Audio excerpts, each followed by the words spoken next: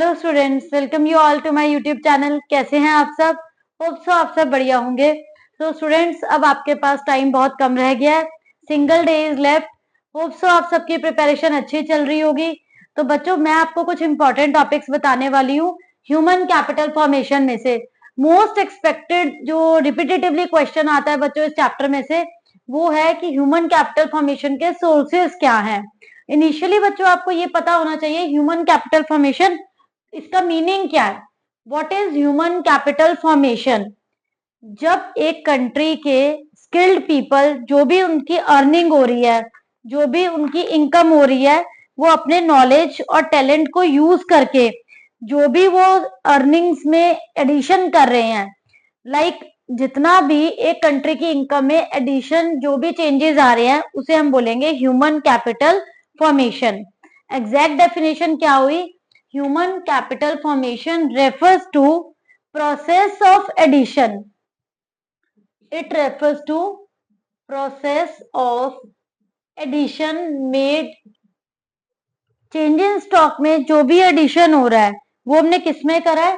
Stock of skilled और capable people में।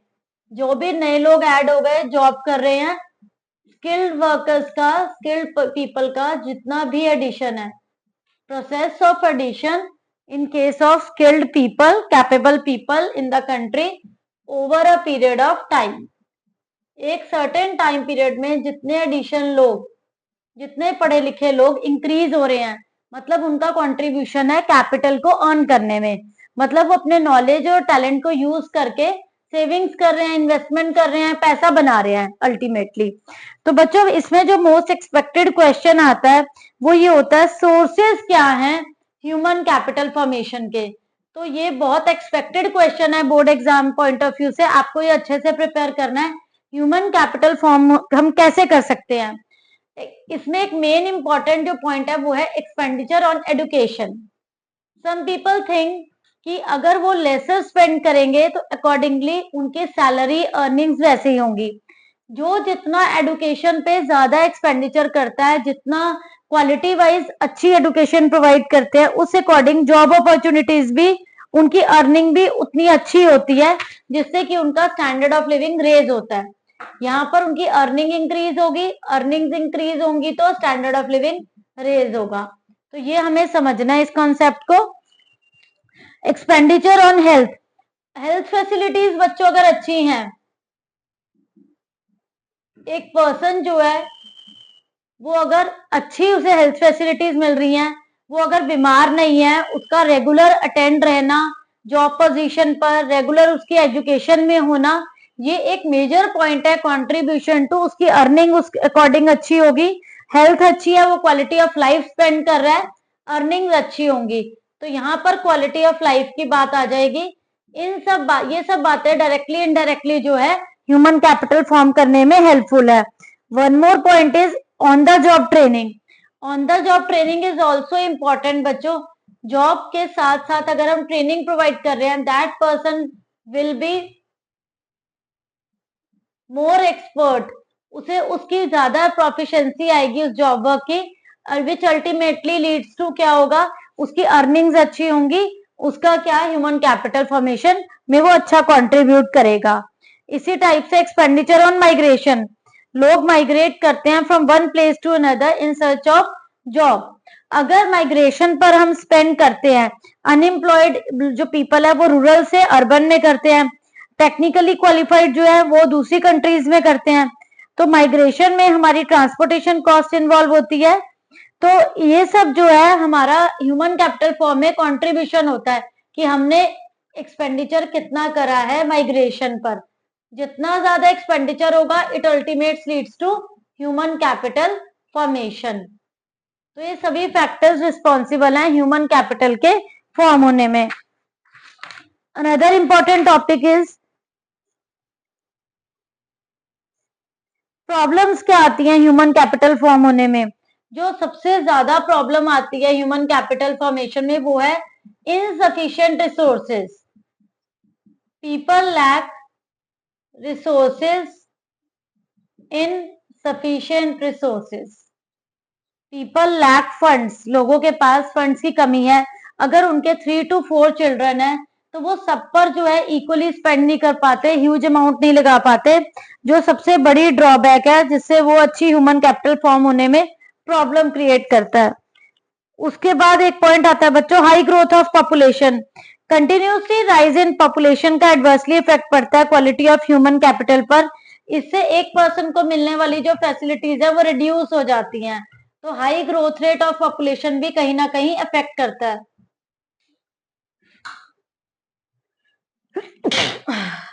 Very sorry.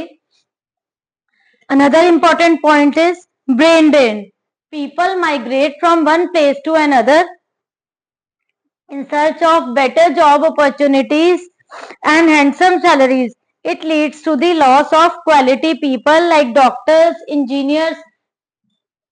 This is brain drain. So these are certain problems जो हम face करते हैं कंट्री के ह्यूमन कैपिटल फॉर्मेशन में, जिन पे हमें ध्यान देना चाहिए। तो ये बच्चों हो गए हमारे ये पॉइंट्स। इसके बाद जो नेक्स्ट इंपॉर्टेंट आता है, ये मोस्ट अपियरिंग क्वेश्चंस मैं आपको बता रही हूँ आज, जो आपको बोर्ड एग्जाम में मिल सकते हैं। One more topic in chapter employment is, आपको पता होना चाहिए बच्चों कि लेबर फोर्स क्या होता है।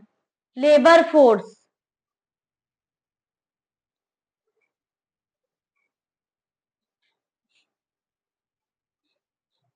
Next important topic is labour force क्या है। लेबर फोर्स, लेबर फोर्स में बच्चों जो पर्सन्स वर्किंग है प्लस पर्सन सीकिंग वर्क, दोनों आएंगे, जो जॉब ढूंढ रहे हैं एंड जो जॉब कर रहे हैं। ये आपको ध्यान रखना है, 1 मार्कर में ये टिक मार्क की फॉर्म में भी आता है कि लेबर फोर्स क्या है, persons working and persons available for work.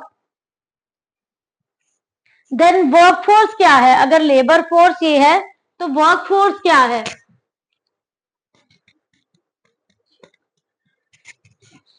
Work force क्या है, number of persons who are actually employed at a particular time is known as work force. Work force, जो लोग एक्चुअली में काम कर रहे हैं वो वर्क फोर्स का पार्ट है। Then another topic is labour force में से अगर हम अनएम्प्लॉयड पीपल हटा दें तो वो वर्क फोर्स बन जाता है, लेकिन लेबर फोर्स में जो काम कर रहे हैं, जो ढूंढ रहे हैं, वो दोनों इसका पार्ट होगा। एंड इसके अंदर लेबर फोर्स में से अगर मैं अनएम्प्लॉयड पीपल हटा दूं तो वो वर्क फोर्स ही रह जाएगा। नेक्स्ट होता है बच्चों एक वर्कर पॉपुलेशन रेशो। ये वर्कर पॉपुलेशन रेशो क्या है, आपको ये पता होनी चाहिए। वर्कर पॉपुलेशन रेशो बच्चों ये टिक मार्क की फॉर्म में भी आ सकता है। तो वर्कर पॉपुलेशन रेशो क्या होता है बच्चों, टोटल पॉपुलेशन में से जितनी टोटल वर्कफोर्स है, total workforce upon total population multiply 100। इसको हम नेम देंगे वर्कर पॉपुलेशन रेशो। दोबारा से रिपीट कर रही हूं, labour force is person who are working and person who are searching for job, दोनों इसका पार्ट है। वर्कफोर्स में टोटल लेबर फोर्स में से अनएम्प्लॉयड को अगर हम हटा दें, and worker population ratio is total workforce upon total population multiply 100।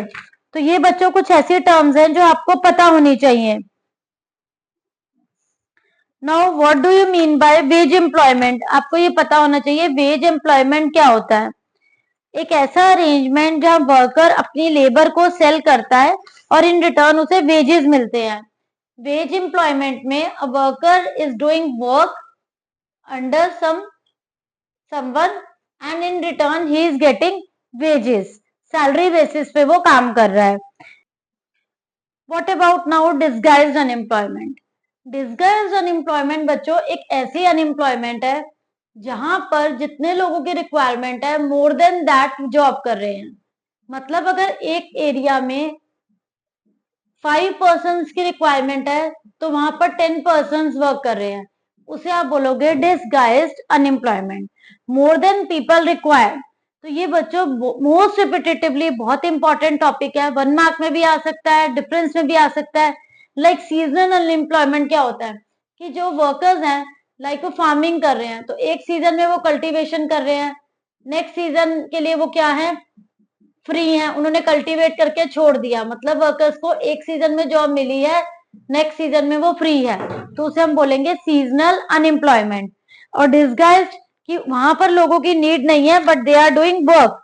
तो ये कुछ इंपॉर्टेंट पॉइंट्स है, मैं आपको सिर्फ वही वही टॉपिक्स बोल रही हूँ जो इंपॉर्टेंट है।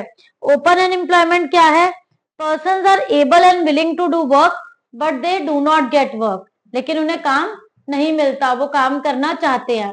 एक तो ये इसके टाइप्स हो गए। फिर एक क्वेश्चन आता है बच्चों रीजंस ऑफ अनएम्प्लॉयमेंट, उसके रीजंस क्या हैं।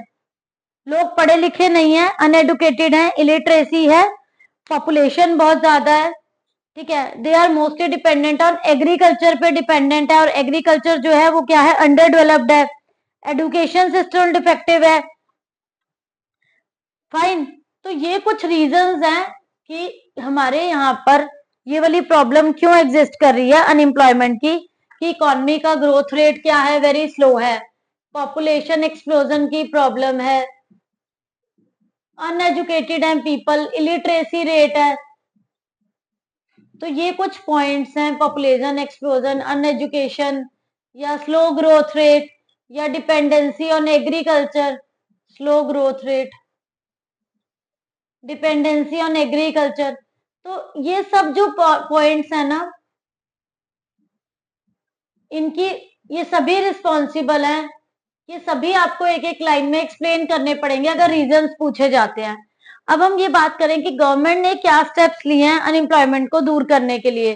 तो गवर्नमेंट ने ना कुछ पॉलिसीज, कुछ स्कीम स्टार्ट करी हैं। सबसे पहले क्या है, 2005 में एमजी नरेगा स्टार्ट करा था। एमजी नरेगा में क्या था, इसमें था, ये फुल फॉर्म थी Mahatma Gandhi national rural employment guarantee act, कि 100 डेज वेज एम्प्लॉयमेंट स्टार्ट करा कि हर पर्सन को रूरल एरिया में 100 डेज मिनिमम वर्क मिलेगा ही मिलेगा। तो ये वेरी इंपॉर्टेंट स्कीम स्टार्ट करी गई थी 2005 में, एमजी नरेगा, एमजी नरेगा, ठीक है, 100 डेज वर्कर को रूरल एरिया में जॉब मिलेगी मिलेगी। ये गवर्नमेंट स्कीम्स थी जो स्टार्ट करी गई।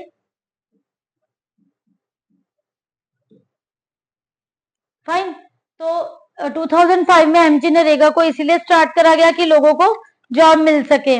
फिर कुछ जो प्रोग्राम स्टार्ट करे थे वो क्या थे, लाइक एक था उसमें national rural employment guarantee act, prime minister रोजगार योजना, प्राइम मिनिस्टर रोजगार योजना, एक प्राइम मिनिस्टर रोजगार योजना भी इंपॉर्टेंट है बच्चों, national rural employment guarantee act, NREGA, मतलब ये कुछ नेम है। एक था स्वर्ण जयंती, स्वर्ण जयंती शहरी रोजगार योजना, ये भी एक योजना स्टार्ट की थी, स्वर्ण जयंती शहरी रोजगार योजना। तो ये कुछ योजनाएं हैं जो स्टार्ट करी गई थी और आपको पता होना चाहिए इनके बारे में। इन सब का मोटिव क्या था कि अनएम्प्लॉयमेंट को दूर किया जाए, लोगों को एजुकेशन मिले, लोगों को नॉलेज मिले, काम मिले, चाहे वो रूरल एरिया में है चाहे वो अर्बन एरिया में है। तो ये बच्चों कुछ स्कीम्स थी जो लोगों के लिए स्टार्ट करी गई थी जॉब से रिलेटेड। मैंने आपको इंपॉर्टेंट टॉपिक्स बताए हैं जो मोस्ट रिपीटेटिवली एग्जाम्स में आते हैं। लाइक ये टॉपिक आपको जरूर मिलेगा एग्जाम में बच्चों, एनवायरमेंट एंड सस्टेनेबल डेवलपमेंट से रिलेटेड। पिक्चर वाला जो क्वेश्चन आएगा बच्चों, एक एनवायरमेंट चैप्टर है आपका, एक इसमें आपको पिक्चर मिलेगी, वो पिक्चर आपकी या तो ग्लोबल वार्मिंग पे बेस्ड होगी, ओजोन लेयर पे हो सकती है, पॉल्यूशन पे हो सकती है। उस पिक्चर को आपने आइडेंटिफाई करना है बच्चों, whether that picture can be related to global warming, global warming से रिलेटेड हो सकती है वो पिक्चर पॉल्यूशन से रिलेटेड हो सकती है, या वो पिक्चर ओजोन लेयर से रिलेटेड हो सकती है। आपको आइडेंटिफाई करना है एंड फिर उसके इफेक्ट्स बताने हैं। तो बच्चों ये मैंने आपको करवाए अनएम्प्लॉयमेंट के, ह्यूमन कैपिटल फॉर्मेशन के कुछ इंपॉर्टेंट टॉपिक्स जो बोर्ड एग्जाम में आने के बहुत ज्यादा चांसेस है। तो होप सो बच्चों आप सबको ये टॉपिक्स क्लियर हो गए होंगे, कोई डाउट नहीं होगा। Still you are having any doubt, please ask in comment section. Thank you.